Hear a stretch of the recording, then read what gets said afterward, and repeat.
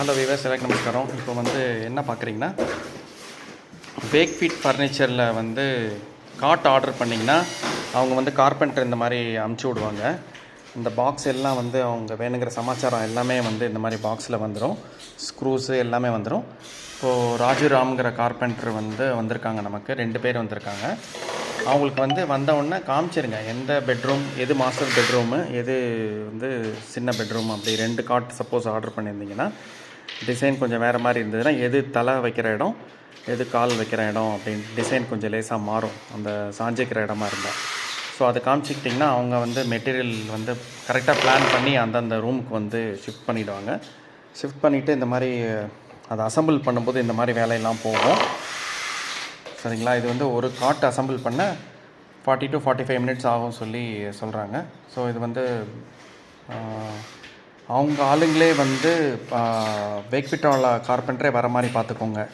இடையில எனக்கு என்ன ஆச்சுன்னா, இன்னொருத்தர் வந்து அவங்க ஃபேக்ட்ரிக்குள்ளே ஏதோ ஒரு தவறுதலாக நியூஸ் பரவி ஃப்ளிப்கார்ட்லேருந்து வர மாதிரி சொல்லியிருந்தாங்க. இல்லை, நான் அது வேணான்ட்டேன், அவங்க வேக்ஃபீட் ஆளுங்க தான் வரணும் அப்படின்ட்டு.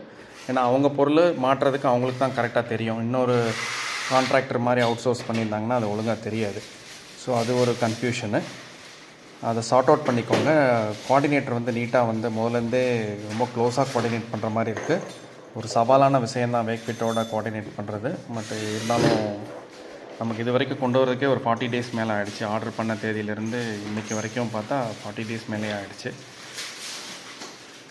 ரேட்டு என்ன காட்டு, என்ன ரேட்டுங்கிறதெல்லாம் எல்லாமே அவங்க வெப்சைட்டில் இருக்குதுங்க.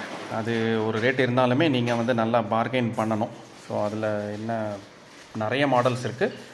அவங்க வேக்ஃபீட் வெப்சைட்லேயே போய்ட்டு நிறையா வந்து ரேட்டெல்லாம் போட்டிருப்பாங்க. அது வந்து நல்லாவே பார்கெயின் பண்ணுங்கள் ஆர்டர் பண்ணி கொண்டு வரதுக்கு முன்னாடி.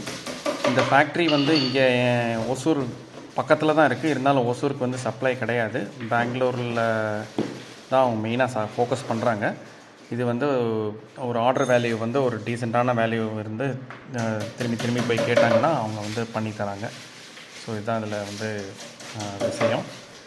தேங்க்ஸ் ஃபார் வாட்சிங். பை.